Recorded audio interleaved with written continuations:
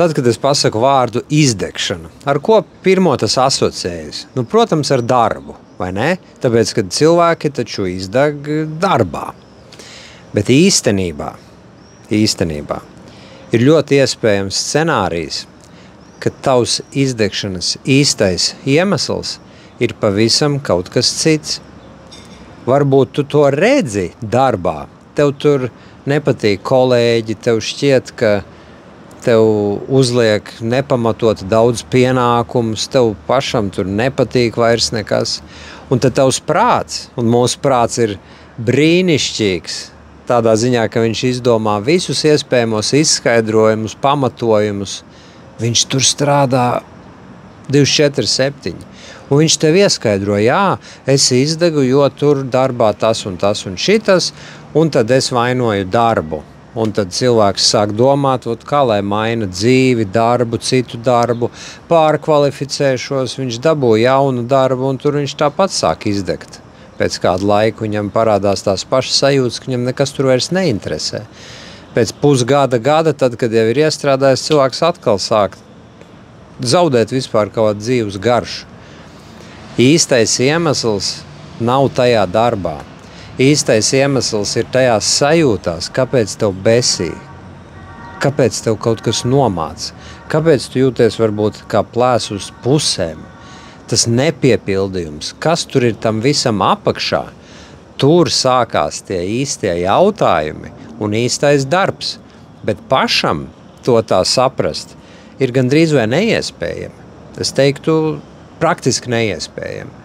Piemēram, vienu dienu es strādāju ar klientu, un arī tēma bija izdegšana, un strādājam, un sāk parādīties tādas lietas sesijas laikā, kas klientam pirms tam bija vienkārši neredzamas. Cilvēks to it kā daļēji ar prātu nojauta, saprata varbūt pat, bet tikai tad, kad tu ej iekšā specifiskā emocija izstrādē, tev tas viss parādās tādā aspektā, tu to izjūti vienkārši tā, ka tu to izjūti pavisam savādāk. Tā ir tā kā jauna vispār pieredze. Un tad tā kā zvīņas nokrīt no acīm.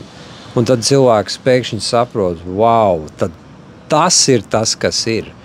Un pēkšņi cilvēks sajūt to īsto iemeslu, kāpēc viņam dzīvē ir pastāvīgi tā tukšuma sajūta, vai viņš vispār nesaprot, kas viņš ir, ko viņš grib, par ko vispār ir viņa dzīve.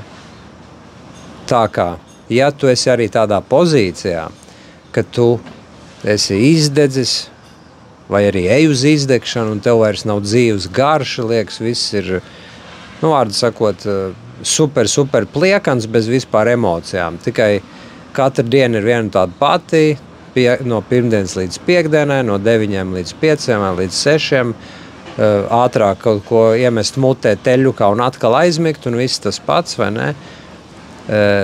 Tad nāc pie manis, nāc uz brīvo konsultāciju, un es tev spēšu parādīt to īsto iemeslu, kas ir tam visam apakšā.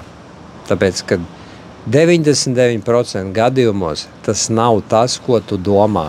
Tas īstais iemesls, ko tev prāts ir pateicis, nav tas, kāpēc tu tā īstenībā jūties un kāpēc tu izdedzi.